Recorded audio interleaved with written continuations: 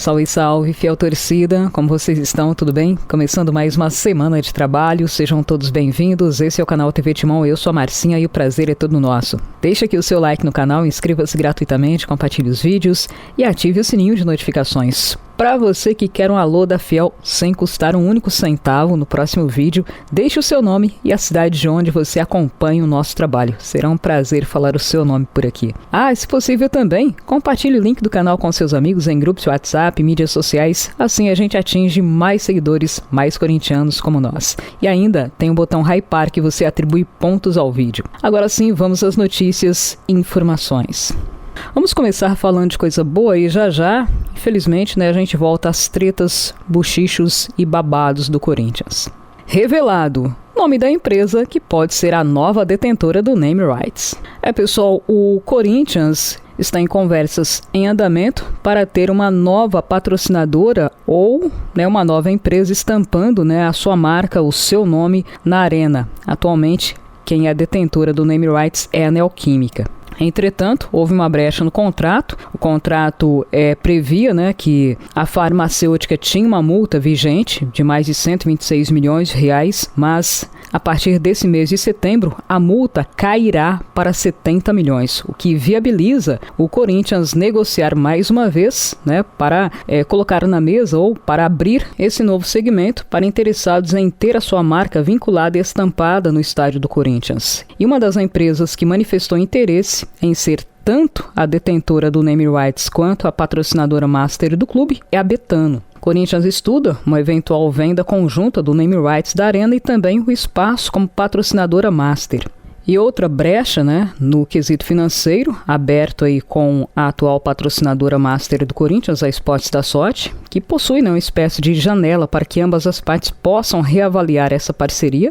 A multa rescisória atual gira em torno de 100 milhões de reais, porém, a partir do mês de outubro, essa quantia cai para aproximadamente 40 milhões. Depois, o montante volta a se aproximar do valor inicial do contrato, 100 milhões de reais, que foi assinado em 2024, e vale por 3 anos. Portanto, a Betano manifestou interesse tanto de ocupar a marca como patrocinadora oficial do Corinthians e ter também o seu nome vinculado ao estádio do clube. Para vocês terem uma ideia, a Betano é a mesma patrocinadora do Flamengo e, para o clube do Rio de Janeiro, eles pagam 268 milhões para cada temporada, por 3 anos e 4 meses. Aí eu falo para vocês, por que é que só o Corinthians faz esses contratos assim a perder de vista? Olha só o Flamengo. Não sou flamenguista, não tenho vínculo nenhum com ninguém do Flamengo, mas é uma questão de inteligência, é um contrato que valoriza a marca, que valoriza a história do clube. 268 milhões a cada temporada, por 3 anos. Aí o Corinthians fecha com, 100 milhões por 20 anos, 30 anos. Por isso que eu falo pra vocês, gente, é assim, e ainda se vangloriam. Pior é isso. Corinthians, com a grandeza que tem, tantos dirigentes pequenos, é revoltante. Desculpa o desabafo, seguindo aqui, a Betano manifestou interesse e, segundo a empresa, até o momento as conversas versam com patrocínio nos mesmos moldes daquele que foi feito com o Flamengo. O Corinthians já teria recebido uma oferta inicial pelo name rights da Neoquímica Arena, mais patrocínio master. Entretanto, a diretoria recusou de prontidão de uma outra empresa e agora avalia se a Betano realmente, apesar do interesse inicial, realmente, se ela vai aí fechar com o Corinthians para ter o mesmo patrocínio nos mesmos moldes daquele que foi feito com o clube do Rio de Janeiro. Torcemos para que as próximas notícias sejam nesse sentido, de um novo contrato assinado, um novo patrocínio com mais de 260 milhões por temporada. Corinthians merece isso e muito mais. Chega de pensar pequeno. E ainda, contrato assinado. Destaque da base, formaliza nova extensão de vínculo. Pessoal, foi formalizado neste domingo o novo contrato envolvendo o lateral direito Jacaré, que é tido como uma das grandes promessas da base. O Corinthians atualizou os vencimentos do jogador, 18 anos apenas, e estendeu o contrato dele até 2029. Nesse novo vínculo contratual, as multas foram fixadas em 72 milhões de reais para transferência aqui no mercado nacional, né, envolvendo clubes do Brasil, e 100 milhões de euros para o mercado internacional. Dá mais ou menos 635 milhões de reais atualmente. E depois da renovação, contrato assinado, Dorival Júnior pode contar com o jogador nos treinos, né, já que o Corinthians resolveu preservá-lo para que ele não despertasse interesses de clubes, como aconteceu com o Cauê Furquim, e pudesse terminar da mesma forma, né? Agora com o contrato assinado, Dorival Júnior também pode ter o jogador à disposição no elenco principal. E mais, hein? Corinthians tenta se livrar de mais um transfer ban. O Corinthians está tentando de tudo aí e já abriu negociações, já está conversando com os representantes do meio-campista Matias Rojas, com o intuito de evitar um novo transfer ban na FIFA. O clube deve cerca de 40 milhões de reais para o paraguaio, que pouco fez por aqui. Se essa dívida não for paga, o Corinthians pode sofrer um novo bloqueio na FIFA e ficar em um tempo sem registrar jogadores. Só lembrando que o Corinthians ainda não quitou o valor pendente em relação ao Félix Torres e não pode aí registrar jogadores, o que impossibilitou a contratação de jogadores para reforçar o Corinthians nesta última janela de transferências. Quanto a Matias Rojas, o Corinthians entrou com recurso e ainda não foi julgado. Esse caso está pendente de resolução. Corinthians quer utilizar o adiantamento feito pela Nike, cerca de 50 milhões de reais, mais a multa rescisória aí do Cauê Furquim, né, paga pelo Bahia, para quitar, né, algumas pendências. Entre elas, né, se for o caso aí, do Matias Rojas, para que o clube se livre de uma possível, e vai vir, nova punição da FIFA. Mas e quanto ao Félix Torres? O Corinthians ainda não desistiu, mesmo com a intransigência dos dirigentes do Santos Laguna do México, também tenta resolver o caso Félix Torres e o caso Matias Rojas de forma parcelada para que caia o transfer ban. Para quem não se lembra, o Matias Rojas foi uma das aquisições na gestão do Willian Monteiro Alves. O contrato dele previa o pagamento de $1.660.000 em luvas, dava mais ou menos cerca de 8 milhões de reais à época, divididos em 3 parcelas. O acordo não foi cumprido, o jogador acionou a FIFA alegando atrasos em direitos de imagem. A entidade então, com os documentos apresentados, condenou o Corinthians em 27 de junho do ano passado a pagar os valores correspondentes a todo o contrato até 2027. Como eu disse para vocês, o Corinthians recorreu e ainda depende de uma resolução final por conta da FIFA. Falando aí do Willian Monteiro Alves, se vocês me permitem, vou levar os fatos e depois fazer um desabafo, tá? Bom, nos vídeos anteriores, a gente falou aí sobre o caso Murilo, né? Em que o Willian Monteiro Alves havia publicizado, né, que o Corinthians detinha 10% dos direitos econômicos do jogador. Murilo está prestes a ser negociado, está sendo disputado aí de forma ferrenha por gigantes do futebol europeu. Se fosse negociado com os valores que estão sendo aventados aí na imprensa espanhola, na imprensa internacional, Murilo poderia render uns 70 milhões de reais ao Corinthians, mas foi descoberto recentemente que esse valor já havia sido negociado há um tempo atrás por um mínimo possível e o Corinthians agora não tem direito a nada. Aí o Willian Monteiro Alves falou que se equivocou, que na verdade não era 10% dos direitos econômicos dos jogadores, sim 10% da mais-valia, mas que o clube não iria perder com isso. Piada, né? De mau gosto.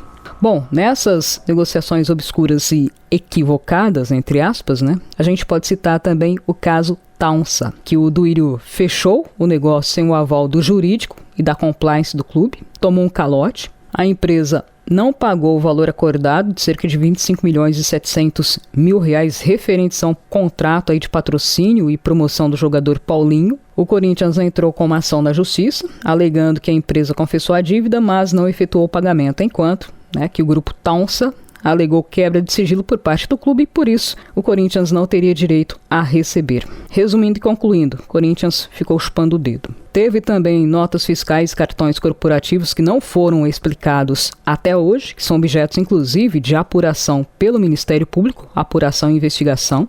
O Duírio também diz que as dívidas com os empresários durante a sua gestão estavam sendo honradas e depois balanço anual feito pela gestão do próximo presidente, né, Augusto Melo, foi revelado que as contas estavam em níveis estratosféricos. Foi revelado que o Corinthians devia somente aos empresários cerca de 200 milhões de reais. A informação de fevereiro desse ano do All Sport tratou sobre o assunto, levou a público que o valor total era de 217 milhões para 7 agentes. Para apenas um deles, o Corinthians devia cerca de 60 milhões de reais. Essas dívidas, algumas delas remontam a 2010. Praticamente todas são objetos de ações judiciais e uma guerra de narrativas, né? Aliás, Duílio, depois que isso aí foi levado a público, ele teria feito uma confissão de dívida, mas confessou, mas não pagou, né? E a próxima gestão que se lasque. Bom, também teve caso aí do goleiro Carlos Miguel. O Corinthians fechou o acordo com o jogador, que depois da saída do Cássio se tornou titular absoluto. O Carlos Miguel tinha um contrato vigente, cuja multa era de 50 milhões de euros, mas de um ano para o outro, né? Nessa última temporada, o valor caiu para 4 milhões de euros. Resultado, o clube da Inglaterra chegou, pagou e o jogador deixou o Corinthians. Aí depois falaram, né, que foi uma exigência e tal, que o goleiro não estava sendo utilizado, enfim, aquele discurso que você já se acostumou, e o Corinthians mais uma vez que se lascou. Teve também o contrato envolvendo o ex-técnico Mano Menezes. Na gestão do Monteiro Alves, fizeram acordo com o ex-treinador, cuja multa era de 12 milhões de reais por 2 anos e meio de contrato, com todas as benesses possíveis. Mano foi demitido e o Corinthians parcelou o débito de 12 milhões e 400 mil reais. Sabe, eu não tô assim defendendo ninguém, tá? Augusto Melo também, em sua gestão, deu muitas caneladas, mas assim, o que me deixa mais ferrada, cara, é que com tudo isso, Corinthians, que tem trocentos conselheiros, tem ética, tem conselho deliberativo, tem conselho fiscal, tem conselho de orientação, tem conselho do raio que o parta, desculpem, tá? E quem teve que pedir o afastamento dos 3 últimos presidentes do Corinthians das suas funções como conselheiros no clube foi o Ministério Público, porque nenhum órgão, teve capacidade, teve peito de analisar essas contas, de apontar indícios de que as coisas não iam bem, que tinha muita coisa a ser apurada, e ficou esperando um órgão externo fazer o serviço que eles, dentro do Corinthians, que batem no peito, que se dizem corintianos, teriam obrigação de fazer. Peço desculpas a vocês e, sinceramente, de coração, espero que um dia as pessoas não falem apenas que são corintianas, mas ajam como tal, com o mínimo de respeito, com o mínimo de profissionalismo, com o mínimo de amor ao clube. Ainda sobre esse assunto, o comentarista e apresentador Mano chamou Andrés e Duílio de caras de pau. Durante o Domingol, o comentarista fez duras críticas à gestão Renovação e Transparência. O comentarista também mencionou as irregularidades aí nos cartões corporativos para as despesas pessoais. Criticou ainda a falta de transparência. Citou a venda problemática do Pedro ao Zenit da Rússia, negociação realizada aí pelo Augusto Melo na calada da noite, sem divulgação dos valores envolvidos. O comentarista concluiu, enfatizando aí que a transparência e a decência não têm sido características presentes nas recentes administrações do Corinthians, demonstrando preocupação quanto ao futuro financeiro do clube. Por outro lado, o ex-jogador Argel também fez duras críticas. Segundo Argel, existe uma disparidade significativa entre a grandeza do clube e a capacidade dos seus gestores. Abre aspas. O Corinthians é muito grande e os dirigentes do Corinthians são muito pequenos. Eles não estão acostumados com a grandeza do clube, afirmou Argel. Ele ainda seguiu, abre aspas. O próprio torcedor não sabe em quem acreditar, porque cada dia é um problema. Vai acabar se refletindo e vai acabar batendo lá no trabalho do Dorival. É difícil, mas vai acabar batendo no trabalho dos próprios jogadores, afirmou o ex-jogador e hoje comentarista.